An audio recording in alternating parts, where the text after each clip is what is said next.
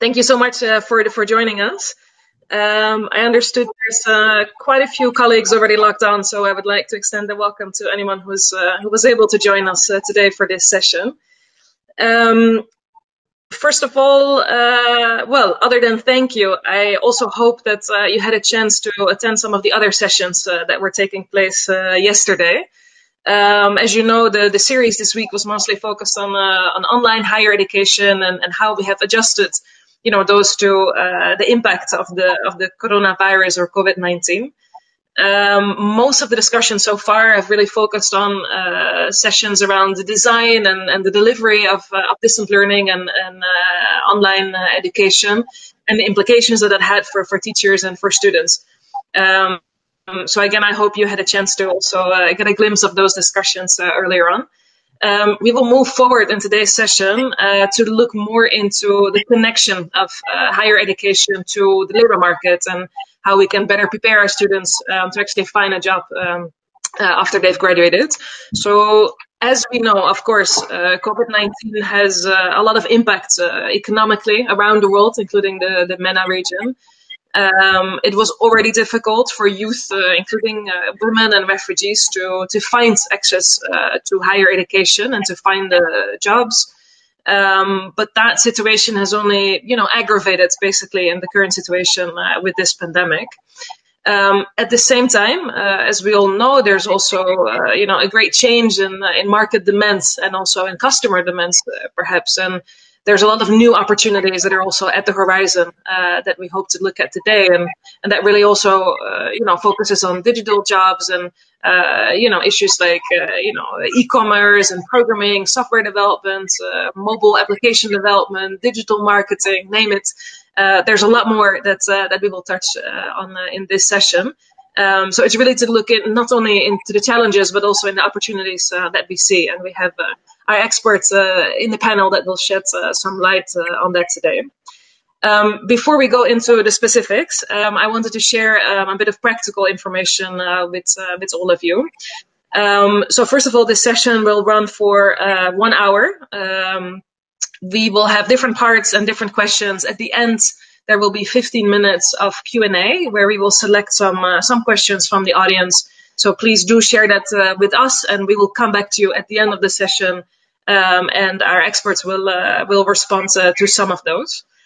I also hope that you had a chance to download the application, the Run the World application, because after this session, in line with what we did yesterday, there is a happy hour, an online version of that, which basically means that you have an opportunity to meet and greet colleagues from around the world that have taken part in this conference. It will be for about half an hour, and there's about 5 minutes per person that you have a chance to connect and to chat with. So I think that's all for now from my side. I'm very excited to have our panel to introduce itself to you. So first of all, we have Feras, who is the Director of Technical Education in Recoded. We have Enis Kossem, who's the General Manager of United Works. And we also have Aya Shasha, Director of Business Development from Udacity. I will moderate this session for today. My name is Leontien Spekker, and to give a brief background, I recently joined SPARK, and as of June, I will be the Regional Director for the MENA region. And my background is mostly with the United Nations Development Program, where I worked for the last 10 years before joining SPARK. So with that, I would like to give the word to the panelists to introduce themselves a bit more, with a bit more details on their experience, as well as the first question. So Feras, I will give the floor to you first. So in addition to your introduction, can you please also respond to the question on why online education and actually the link with job trajectories is so important for youth, for women, for refugees to advance their careers, and why that is even more important during these times of a pandemic.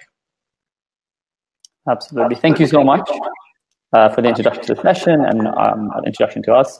As Leontien said, I'm the Director of Technical Education in Recoded. Recoded is a non-profit focusing on educating youth in war conflicted areas of the world. So we operate in Turkey, Yemen, and Iraq, and we have boot camps on coding, on design, and we also do workshops on various aspects of technology.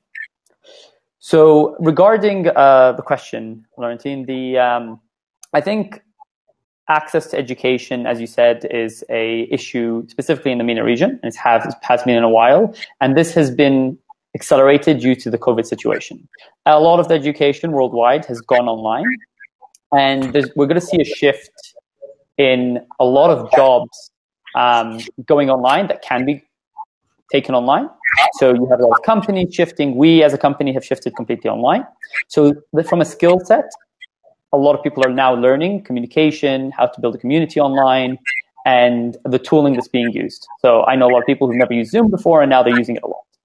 Then on the flip side to that, those people who had jobs in other areas that they can't be taken online will need to be reskilled, and they need to reskill themselves or have the opportunity to be reskilled so that they can enter the job market.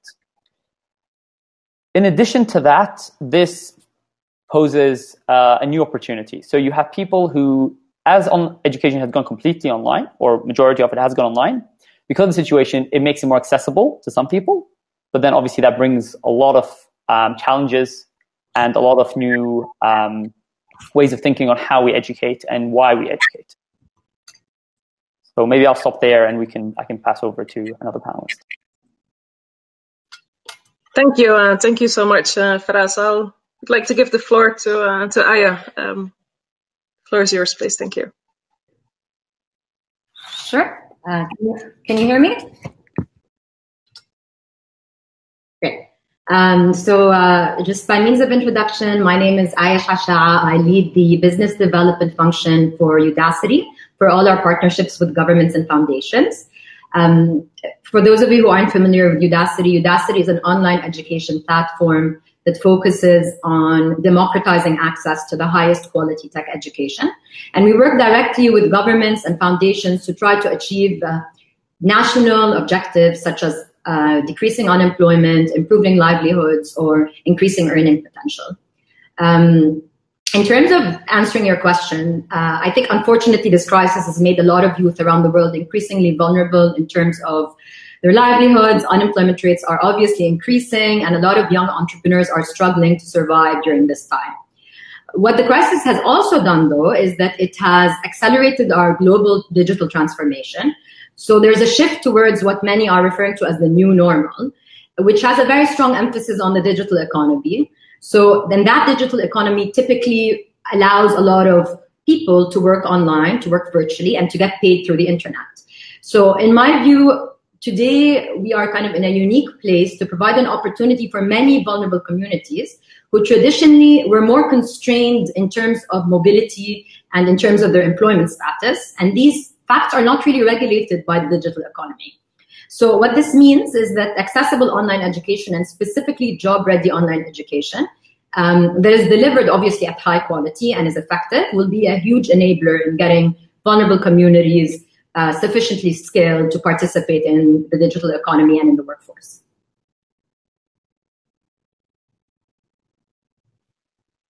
Thank you. Thank you very much, and welcome again. Thank you. Enis, I would like to give the floor to you for your introduction. Thank you. Yeah, thank you very much. Thank you very much. My name is Enis Kösem. I'm the general manager of United Work. I worked before United Work. I worked in Adecco and Career.net. Career.net is the online job platform of Turkey, and maybe you all know Adecco from all over the world, and it's one of the biggest recruitment agencies and temp agencies in the world. So during this panel, I maybe prefer to answer all your questions according to my previous background experiences. I will maybe answer all your questions about refugees by my experiences of United Work, and the other part belongs to CareerNet and Adecco. Right now, let me try to answer the question. Honestly, this pandemic shows us and proves us we have some job opportunities and we have some training opportunities that we can do at home, or there's no need to come face to face. And it's really a good chance for us to do it by online platforms. But I want to underline some, let's say, reality in the job market. There are some production lines, and which is really a big part of our labor sector in Turkey, that you have to go to the factory. For that reason, the ones, the job opportunities, the ones which is good to do at home, or to do it not going to the office or to the factory, it's a good and it's a big chance for us, for the ones who wants to work in these kind of positions, like online, like e-commerce. But the ones that you have to go to the factory or the offices, I want to say, just as an example, in Turkey, we lost 80% of that job opportunities nowadays. And honestly, as a unemployment ratio in Turkey, it is more than 13.7 percentage in the beginning of February, and I'm curiously want to hear the unemployment ratio after the pandemic. Thank you very much. I think, well, all of you have made very valid points. I think in general, of course, there are trends that we were already seeing in terms of, education moving online, as well as, the market of digital jobs, let's say, that we know was expanding in a lot of different countries, including the MENA region. But because of COVID, we see that trend is being fast tracked, if you'd like. So a lot of the support that we're thinking about nowadays is not only relevant, current day time because of COVID, but also, for future developments. But at the same time, of course, digital jobs are not for everyone, and also not everyone is an entrepreneur. And, there's, of course, very significant challenges that you mentioned, and is for a large part of the sector, and people looking for jobs, people that have lost their jobs already. And I'm sure that's not only in Turkey, but also in other countries, around the world. So thank you for those reflections. I would like to move into a bit more on the how. So we know online higher education, providing it online, is something that we would like to invest in. You've reflected on why it is important.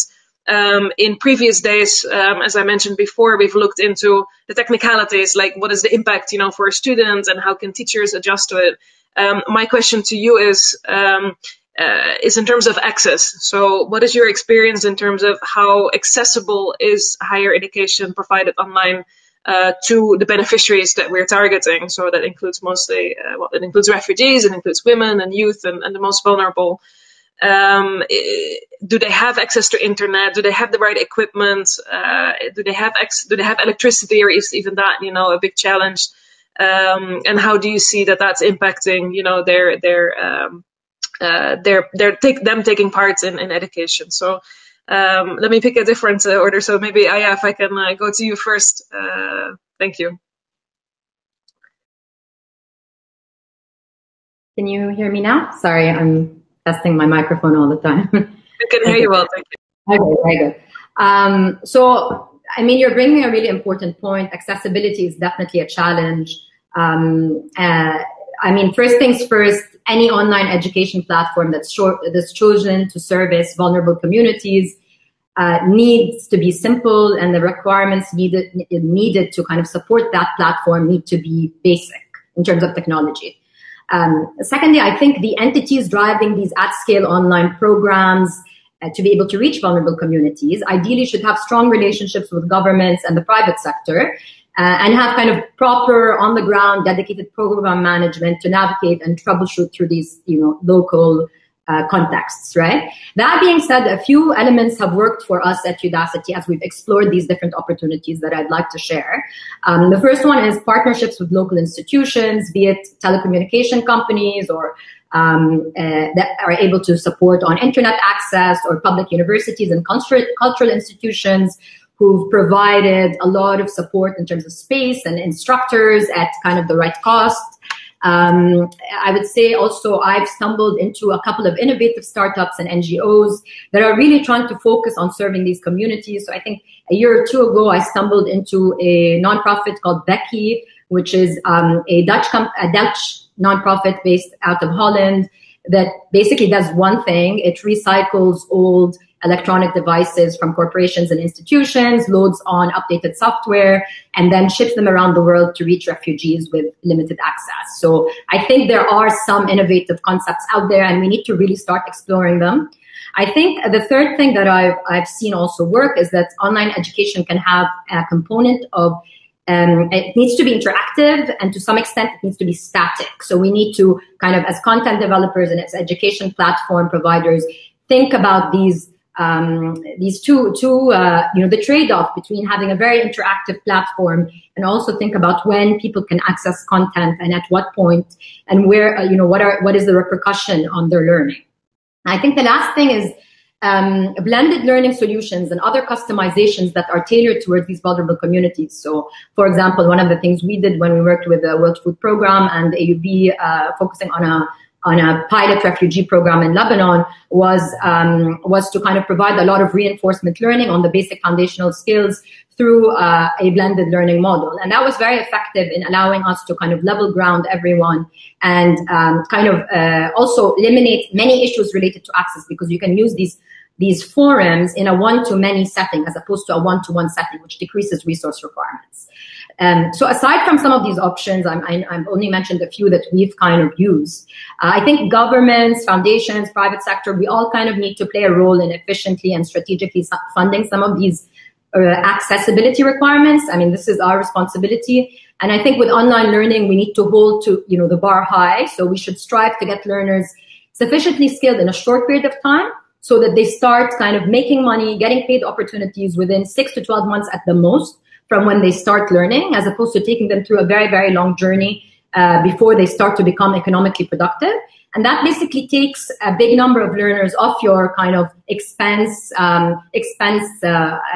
agenda, if you will, and you're able to kind of roll in many more people. And I think we'll be able to service at scale in that capacity. I guess that's my perspective. Okay, thank you very much. Can I ask very briefly, which countries do you operate in? So the experiences that you share, are they from the MENA region or also from other countries in this case? Yeah, we're actually operating around the world. We work in the MENA region. We work extensively in Saudi Arabia. We have over 10,000 graduates in over 50 cities. We work extensively in Egypt. We've worked in Oman. We work in the UAE through the 1 Million Arab Coders program. We're also in kind of late stage discussions in Costa Rica. We're working in the US. We're working in terms of kind of our government business, if you will. We're also exploring a lot of opportunities in Africa. So it's more of a global view, and the discussions happen everywhere around the world, by the way. So this is not unique to the MENA region. Okay, thank you very much. It's a very diverse range of countries. So it's interesting to hear that there's comparable challenges and opportunities perhaps around different regions. Thank you, Aya. Enis, in terms of accessibility, I'm sure there's a lot for you to share as well. Thank you. Honestly, I want to start from the population of the refugees who lives in Turkey, because only the 10% of the refugees are living in the camps right now. Most of them are living at the cities and in their private houses. And honestly, especially the white-collar unemployed refugees and the university students has access to internet easily, because they are really following all their social life on internet and communicating with their relatives who is still and recently lives in Syria by internet. For that reason, they are really very open for the online trainings, and they have access to online trainings on internet. We didn't face any problem while we are providing our trainings on internet, and besides, we provide interviews on internet as well. Why? Because no one wants to see each other face to face. By going to one of the United Work offices and make interviews with our recruitment consultants, then we send their CVs to the companies, and no one wants to see a candidate at their facility, so they are working at home as well. This accessibility is very, let's say, good and fast solution for us to provide a candidate to a company or to train a refugee by our self-support training. For that reason, honestly, during this term, we have a chance to prove our online solutions to the companies and to the trainees. It's really a good chance to prove it. Honestly, we don't want to prove it by COVID-19 reason, but there's a good part of this, let's say, pandemic disease as well for us, for our business.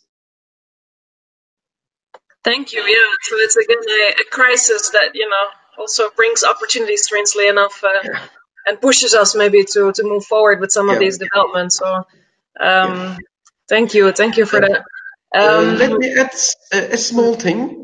Before coronavirus, HR departments of the companies are using online interviews as well, but not at the last part of the interview. Why? Because last part must be face-to-face. But under these circumstances, they transfer all their HR process to online.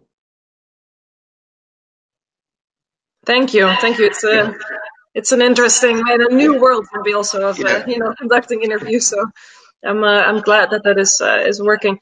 Firas, in terms of accessibility, I wanted to ask you specifically also on some of the countries where you operate as Recoded, because I know that you work in one of the most challenging environments, including Yemen and Iraq, as well as many other countries in the MENA region. So I was wondering how Recoded has dealt with that also, because you work as by default, on like a digital type of job. So I'm sure you've encountered some of those issues before in your work.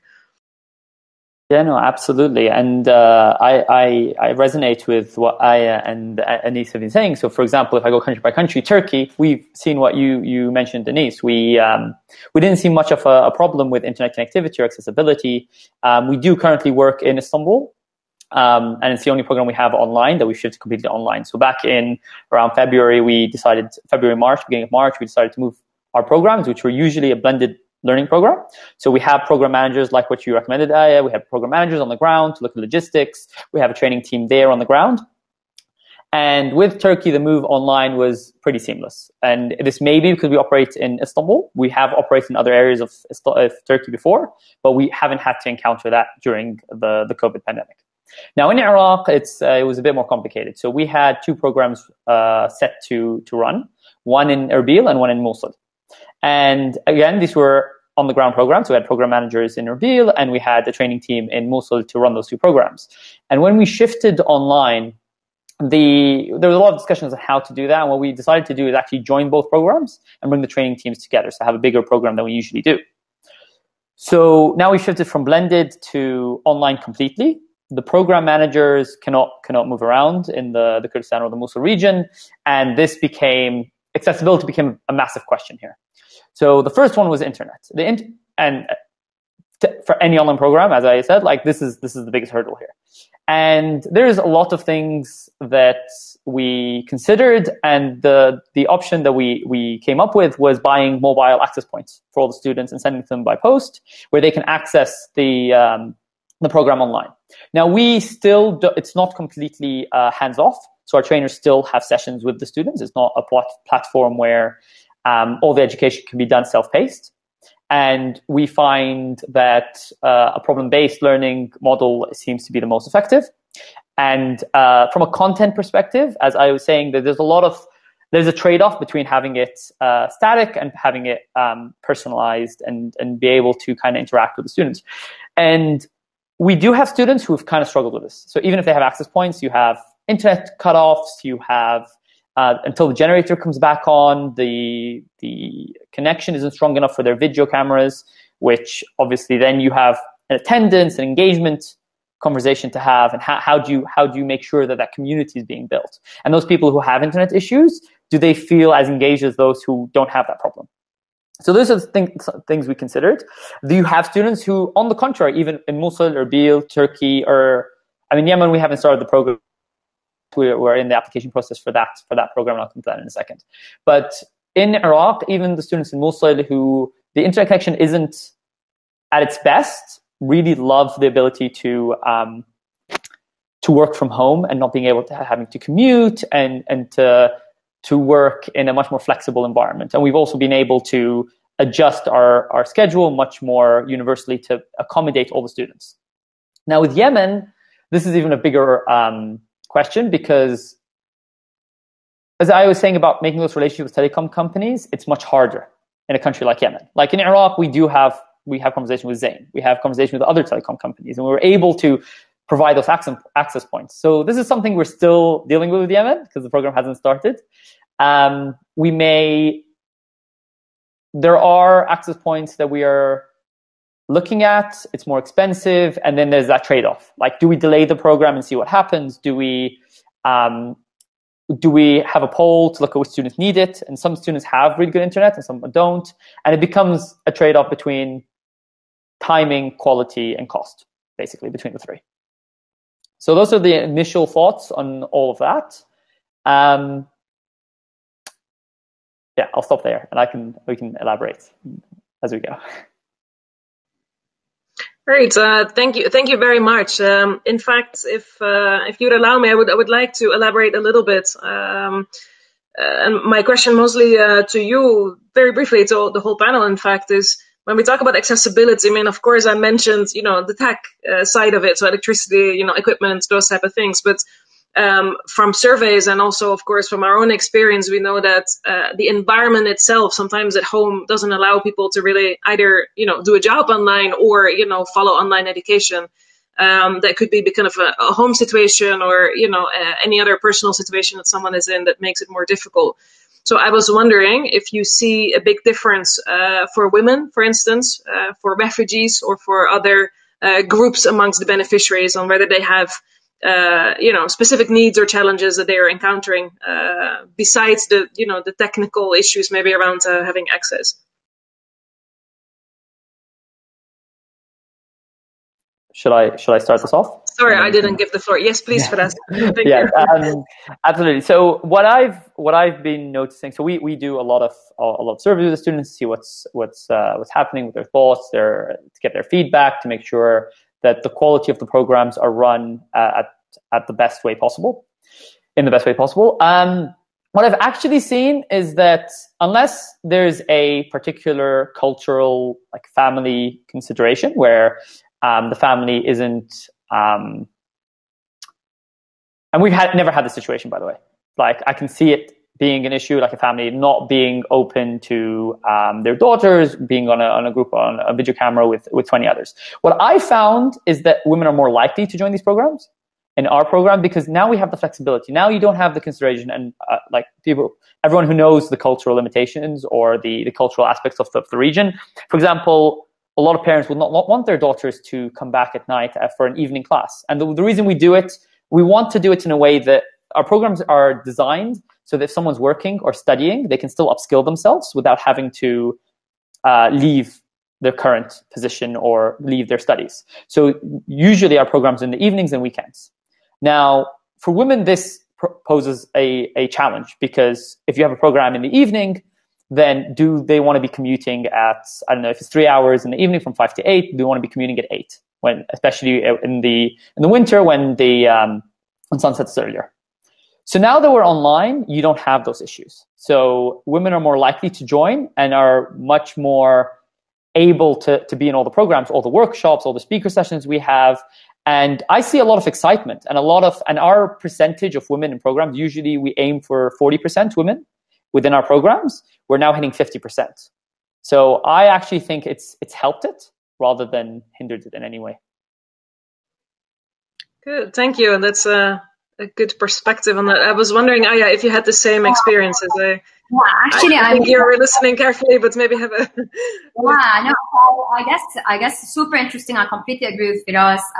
I was shocked actually when we started working at scale with thousands and thousands of learners across these countries. And we obviously started working in the MENA region initially because that's where a lot of the government funding was kind of poured to be able to support the vulnerable. And just maybe I'll just provide a fact about one of the programs that we ran in Saudi Arabia. I think this is last of a couple of months ago, where we had received more than 30,000 applications, more than 50% of them were women, and at a graduation rate in online learning, a 55% female graduation rate.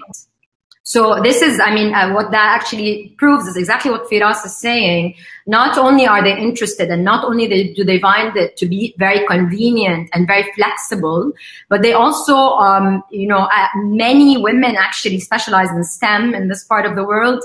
It is not, contrary to, the view in the Western world, specifically in the US, where the percentage of women in technical education, or at least undergraduate education, is very low. The perception is not the same over here at all. And I think that is a huge advantage, because there is a lot of money that's getting funneled into tech, which means there are a lot of paid opportunities, which means that we can expect to see much more equality for a lot of women, right? In terms of refugees, just simply put, I will just speak from my limited experience. I'm sure, all of you have more experience than I do. For the limited pilots that we ran and the conversations we started to have with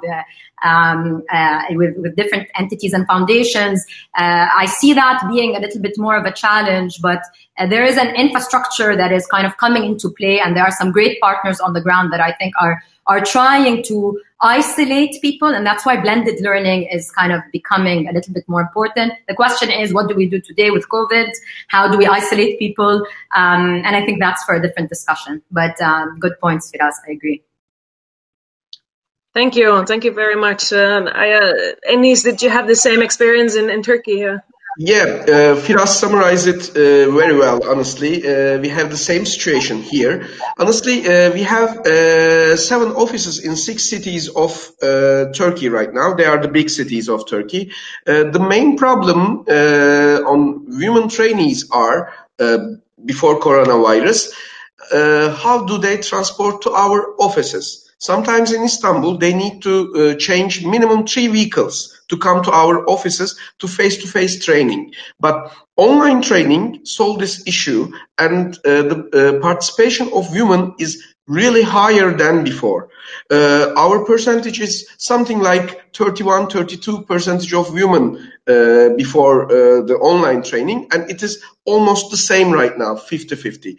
And online training has a let's say there's a good part at online training. You can close the camera during the training, because sometimes they don't want to, let's say, show their faces, show the background. So it's good for them if they don't need to open a camera, but if they really want to attend a class, attend a training, it's a good opportunity for them to do it like that. But I have never faced with a problem that because of the condition of the houses that they are living, they cannot attend a class. I haven't faced such a problem like that. Maybe we can reach the ones who has no problems. I don't know.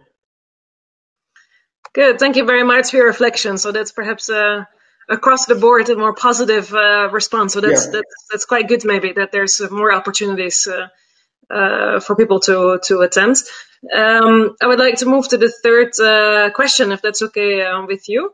And that's moving more into the transition into jobs and the type of skills. So it's really looking into the quality of the education that we provide and the new skills, if you'd like. They're not so new anymore, but maybe more relevant nowadays in terms of digital jobs. So I was wondering if you could give your thoughts and your reflections on that. So perhaps, Ines, I can start with you. Sorry. Yeah. Honestly, before the coronavirus, we have lots of job opportunities for ITC and online business and e-commerce business. It's really hard to find a good candidate from refugee community or either our local community. It's really, really hard to find. But with coronavirus, suddenly some of the job opportunities closed because of the recent situation in Turkey. But the let's say online jobs and ITC jobs are still a good potential for the new graduates and for the ones who wants to work in these kind of jobs at the companies. But honestly, companies are looking for experienced guys mostly during this term. They don't have too much time to train them for the job. For that reason, there's a lack between supply and demand.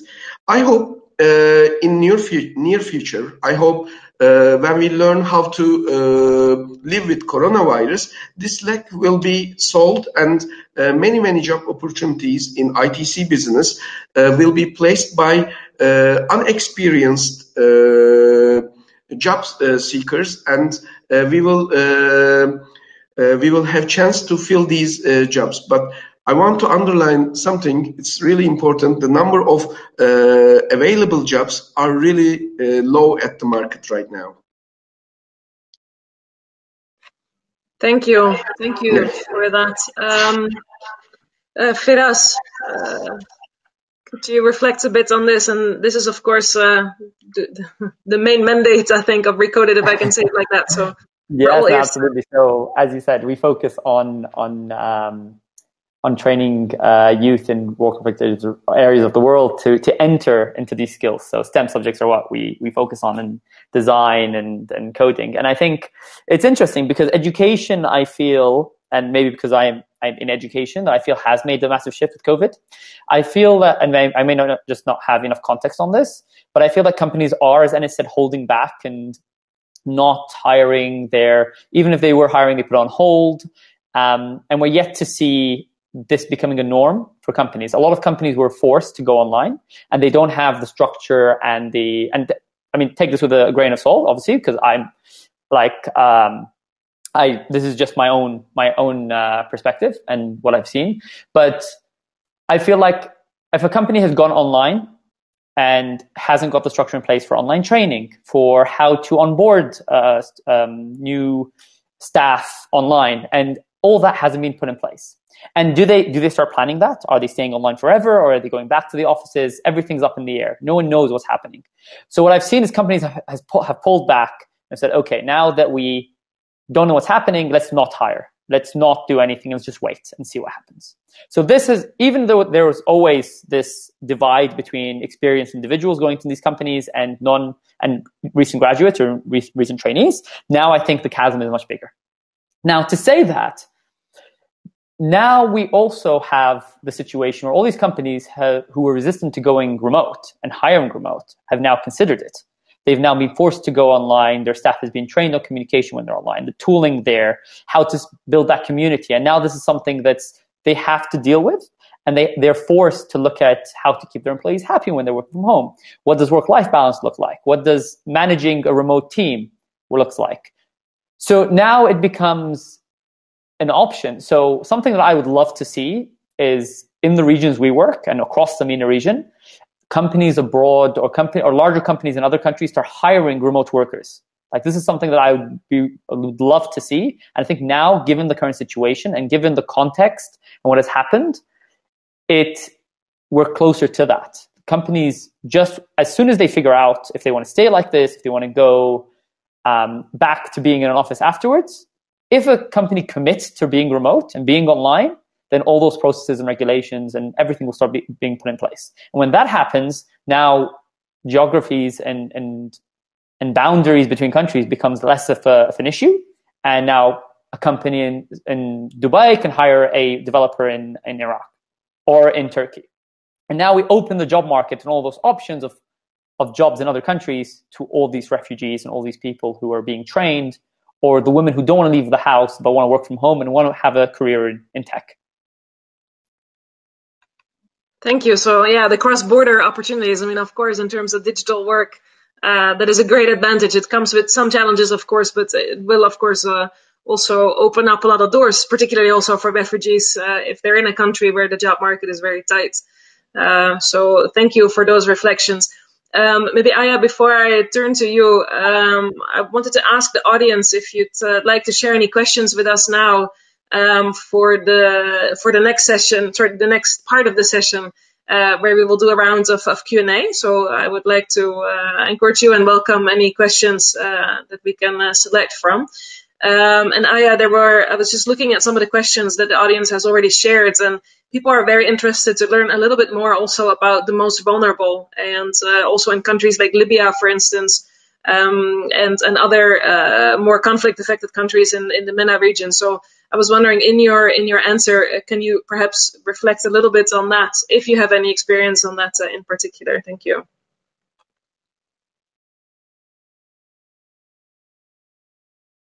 Sure. So I guess, I mean, they're a bit different, so I'll maybe address the first one and the second one separately. I think on the first question, which is basically the opportunity in kind of jobs and technology jobs, I think, I mean, when we think about it, COVID has created an uncertain world for all of us, right? We don't know what's happening today. We don't know what's happening next month.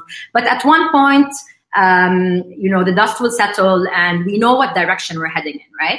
So I think there are a couple of clear facts. Like the first one is, conservative estimates say that 400 to 800 million jobs will be replaced by automation by 2030. What that means is that the skills required are in technology, right?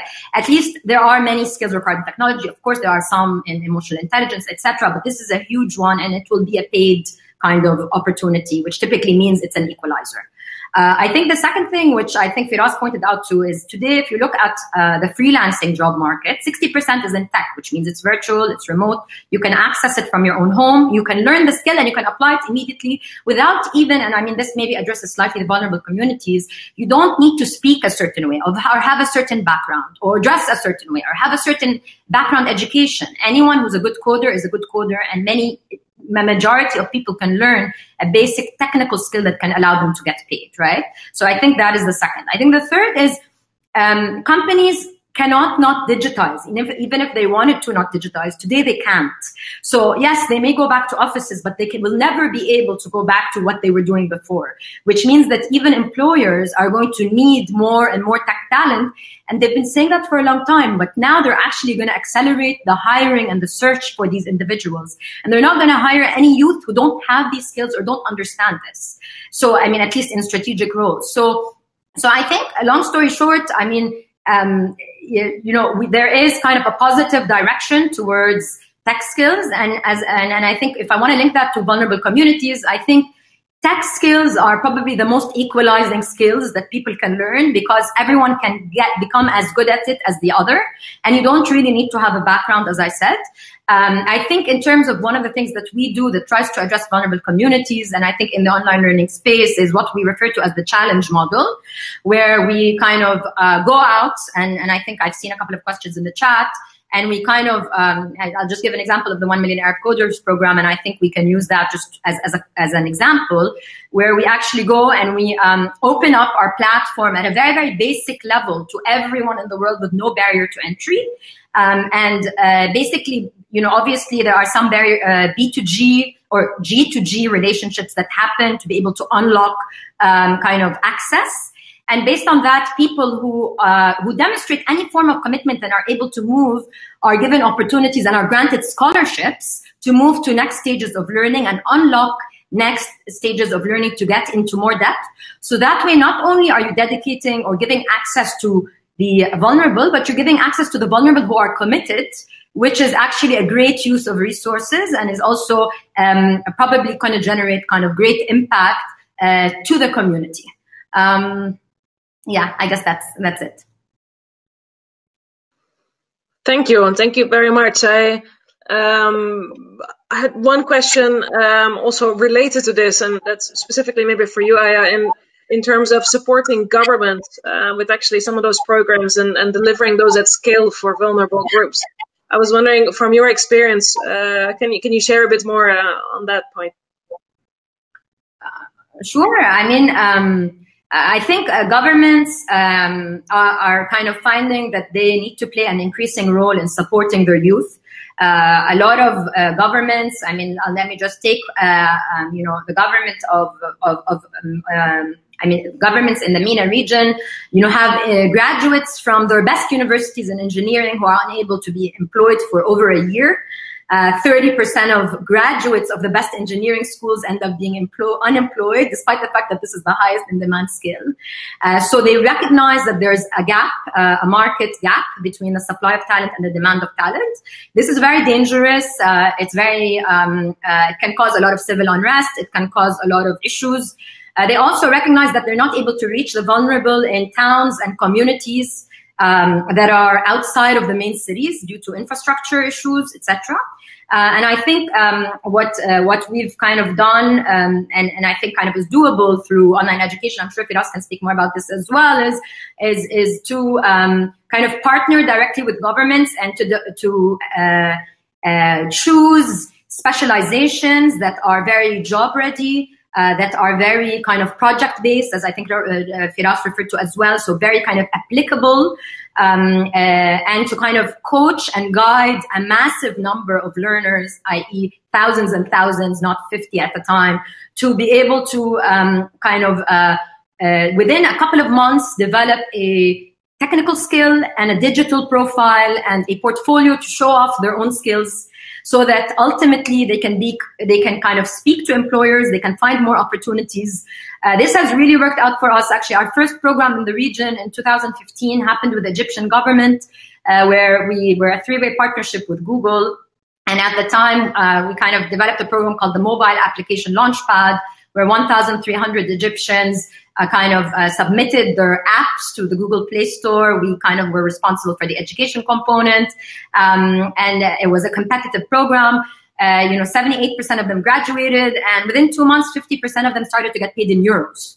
So, I mean, that was at the time of the downturn of the Egyptian economy. This is not, these programs address everyone. Often, many people are very vulnerable. Most people actually don't have, very advanced education. So I think there's an opportunity, and a lot of forward-looking governments are starting to reach out to kind of online companies to try to see how they can support them in kind of addressing part of that challenge. I recognize it's not the full part, but I think it is definitely a big chunk.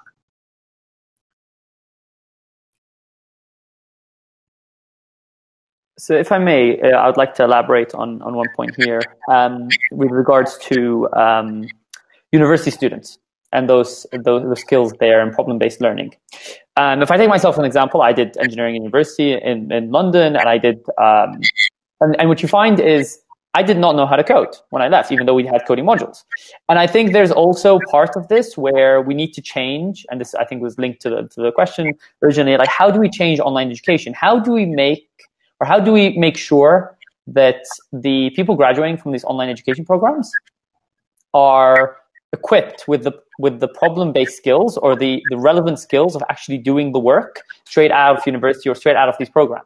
And what you'll find is a lot of universities, I'm not going to be naming names, but a lot of universities, you graduate after a 4 or 5 year degree, and you actually will not be able to be in the job market. And you will have to do a boot camp or a workshop or a Udacity program. And it could be any program that's actually more problem-based. And I think for scale, maybe it's also these partnerships with universities to understand what are the bottlenecks here, like what are these problems across the MENA region, from a university standpoint, from pedagogical change or educational psychology, and trying to figure out what is happening there and how do we build programs that enable these universities to produce graduates that are at a much better level for the market. Because it's a two-edged sword. Like, you can have good graduates with not enough jobs, but you can also have jobs that these graduates cannot fulfill the requirements for. And I think we have to address both sides of that coin.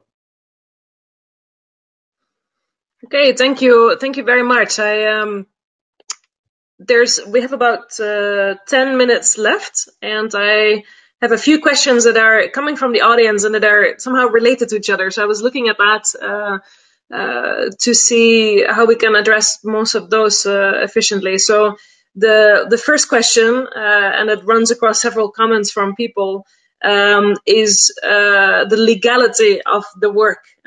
So the work permits, of course, in Turkey and Jordan and other countries come to mind. So the question is a bit about, is it easy, to make this, not easy, but what are the opportunities maybe to make this work legal in those countries, and your experience with that? And there was also someone reflecting a bit on that to say, most of the refugees can find lower skilled work that is legal, but not necessarily, connected to the education. So do we always need to measure the success of education in terms of them finding employment? So that's one question. The second question that I wanted to pose to you is more about internships and your experience with providing graduates internships or on-the-job training opportunities, which we know is not so common in the MENA region, but has proven to be, efficient in some places. So what is your experience with that? So those two questions, perhaps. So maybe we can do one more round and reflect on those 2 points. So perhaps, Firas, I can give the floor back to you, and then we turn around again. Thank you. So I don't know much about the legalities within countries from a tech job perspective. So I'm by no means an expert there. I think, from what I've heard, that these are related to tech jobs within the country. So I don't know if this translates to international roles and if you're working with a company abroad, but I don't know. But what I will say is something that we endeavor to do in Recoded is not only teach like the skills themselves. So something that I give a lot of thought to is within our programs is how do we teach the graduates not only how to learn coding or how to learn design, but how to learn in general, and giving them the mindset so that they can learn anything afterwards. So we don't necessarily think our graduates are only successful if they've done coding and they go into coding as a job afterwards. That's not, I don't think that's a fair measure of success. But what I do think is if they're given the skills and they're able to teach themselves anything, and that gives them the skill set so that they can choose whatever area they want to enter. Let's say someone finished graduates from a coding bootcamp but designs, I want to do design and I want to become a graphic designer, but I have a background in coding that enables me to do that. So the aim is to enable them to enter the digital economy from a Recoded standpoint and our mandate. But that does not necessarily translate to getting a job in the same market that they've graduated from or related, but more the underlying mindset of that education and how that improves the lives of the people going through the programs. And the community of advice, mentorship, and then joining, becoming a Recoded alumni is something that we're truly passionate about and something that we try to make sure is a experience that they will remember for the rest of their life, and also a resource for them that supports them for everything else they do afterwards. Thank you, Firas. Perhaps Enis, can we learn a bit more about your experience on this? Yeah, it's my pleasure. Up to now, United Work placed more than 4,400 refugees to the registered jobs, to the 800, maybe more than 800 unique companies. Working legal way is not very difficult in Turkey. Why? Because honestly, government's application website is really easy to apply. But I cannot talk about the other countries. But I want to underline something. Are the employers willing to work with a refugee under registered way? It's one of the questions. And the other question is, are the refugees willing to work with a company under registered way? This is the other question, because there are some supports. honestly, in this more than 3.5 years period, there are lots of supports from ILO, from UN agencies, providing work permit expenses for the refugees. And United Work is dealing with these also. If an employer wants to work with a refugee on the registered way, they cannot do. They don't want. They cannot need to do anything. We make the consultancy without any fee, and we provide this legality to the refugee. But honestly, in Turkey, as far as I know, there are only 60,000 work permits given to the refugees up to now. It's really, very low for us because we have more than 4 million refugees in Turkey, and there are really a good work power on the market working without any work permit. For that reason, it's one of our biggest problem. I'm talking here with all the employers and the employee candidates. If they want to work registered way, we can help them, and there's no need to spend any expense. Work permits are given to the employers, not the refugees in Turkey. Because a refugee want to work in a company, the work permit is prepared to the employer. For that reason, it's very important as an employer to work with a refugee under the registered way. This is one of the cases that we have to solve. The other thing is the internship programs.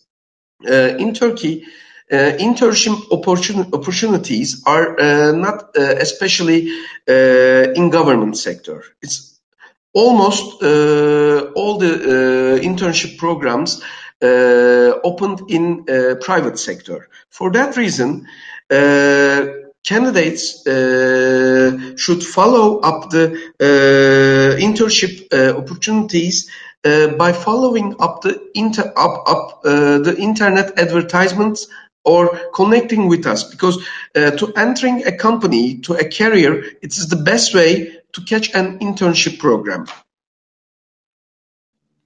Thank you. And I hope also next week we have another opportunity to look into that in a bit more detail. Thank you. Yeah. Aya, the last few minutes are for you. Thank you. Sure.